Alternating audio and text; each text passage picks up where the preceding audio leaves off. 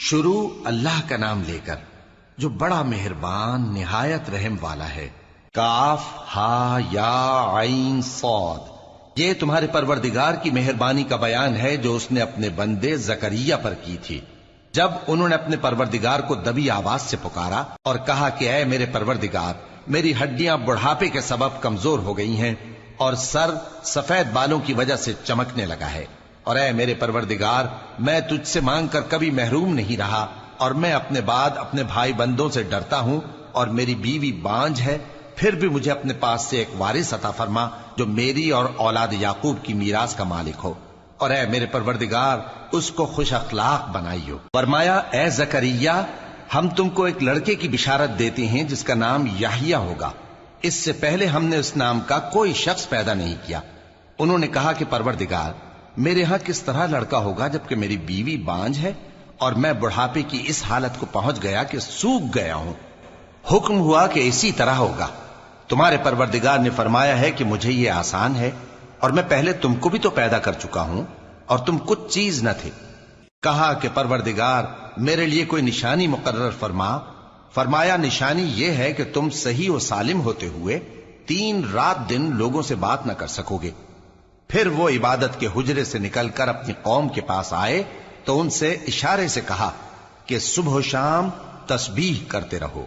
فرمایا اے یحییٰ، ہماری کتاب کو مضبوطی سے تھامے رہو، اور ہم نے ان کو لڑکپن ہی میں دانائی عطا فرمائی تھی اور اپنے پاس سے شفقت اور پاکیزگی دی تھی، اور وہ پرہیزگار تھے، اور وہ اپنے ماں باپ کے ساتھ نیکی کرنے والے تھے اور سرکش اور نافرمان نہیں تھے۔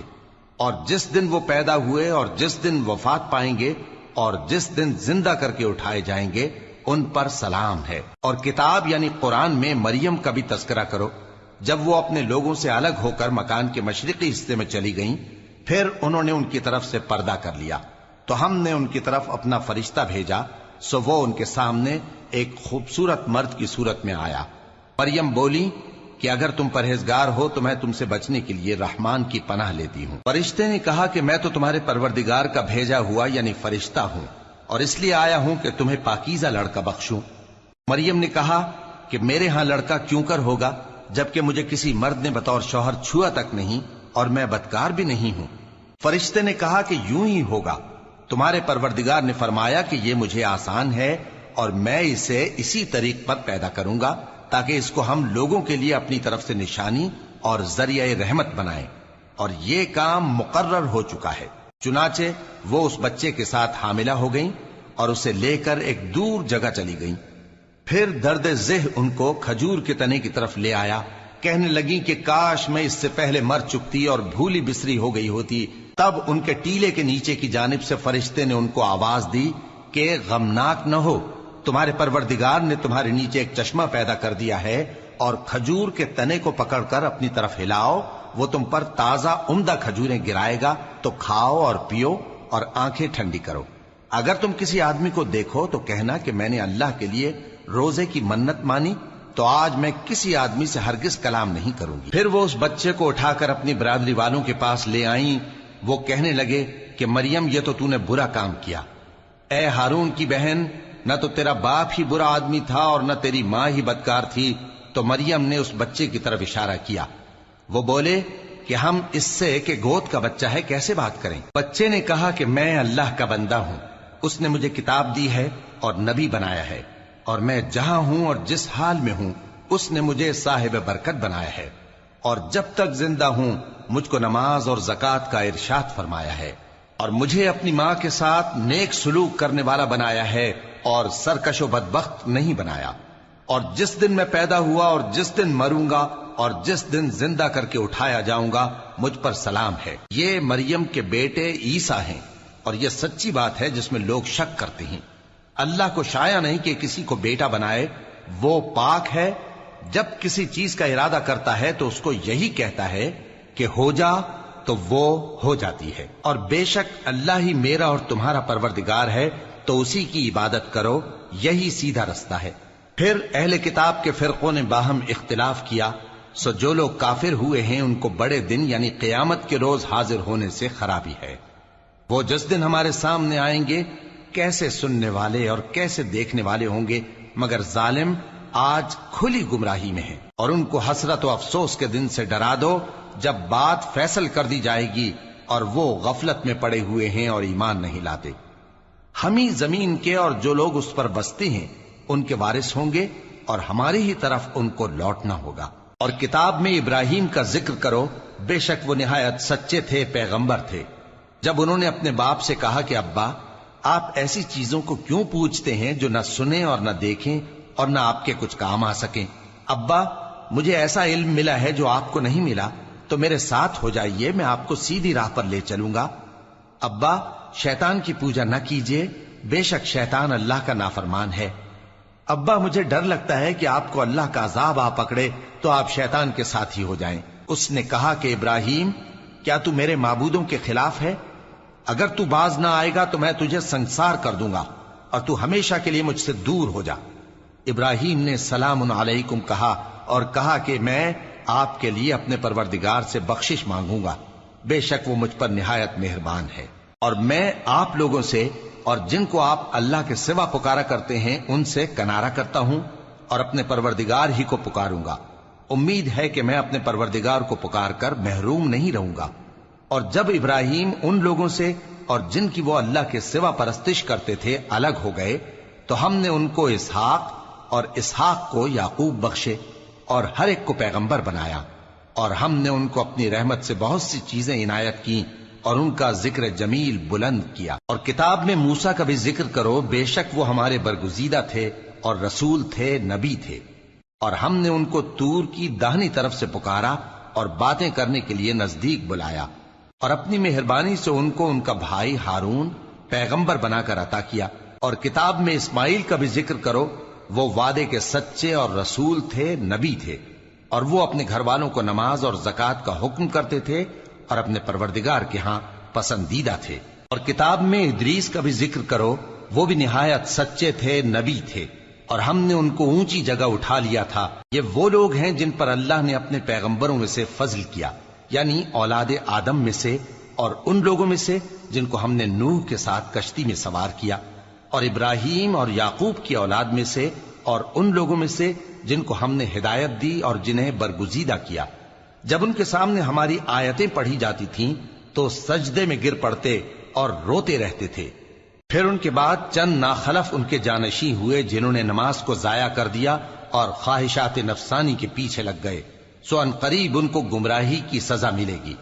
ہاں، جس نے توبہ کی اور ایمان لایا اور عمل نیک کیے تو ایسے لوگ بہشت میں داخل ہوں گے اور ان کا ذرا نقصان نہ کیا جائے گا، یعنی ہمیشہ کی بہشتوں میں جس کا اللہ نے اپنے بندوں سے وعدہ کیا ہے کہ جو ان کی آنکھوں سے پوشیدہ ہے۔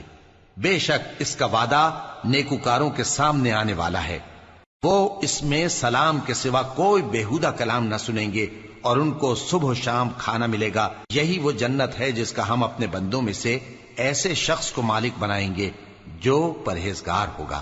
اور فرشتوں نے پیغمبر کو جواب دیا کہ ہم تمہارے پروردگار کے حکم کے سوا اتر نہیں سکتے، جو کچھ ہمارے آگے ہے اور جو پیچھے ہے اور جو اس کے درمیان ہے سب اسی کا ہے، اور تمہارا پروردگار بھولنے والا نہیں، یعنی آسمان اور زمین کا اور جو ان دونوں کے درمیان ہے سب کا پروردگار، تو اسی کی عبادت کرو اور اس کی عبادت پر ثابت قدم رہو۔ بھلا تم کوئی اس کا ہم نام جانتے ہو؟ اور کافر انسان کہتا ہے کہ جب میں مر جاؤں گا تو کیا زندہ کر کے نکالا جاؤں گا؟ کیا ایسا انسان یاد نہیں کرتا کہ ہم نے اس کو پہلے بھی تو پیدا کیا تھا جبکہ وہ کچھ بھی چیز نہ تھا؟ سو تمہارے پروردگار کی قسم، ہم ان کو جمع کریں گے اور شیطانوں کو بھی، پھر ان سب کو جہنم کے گرد حاضر کریں گے اور وہ گھٹنوں پر گرے ہوئے ہوں گے۔ پھر ہر گروہ میں سے ہم ایسے لوگوں کو کھینچ نکالیں گے جو رحمان کے مقابلے میں سخت سرکشی کرتے تھے، پھر ہم ان لوگوں سے خوب واقف ہیں جو اس میں داخل ہونے کے زیادہ لائق ہیں، اور تم میں سے کوئی شخص نہیں مگر اسے اس پر گزرنا ہوگا، یہ تمہارے پروردگار پر لازم ہے، مقرر ہے۔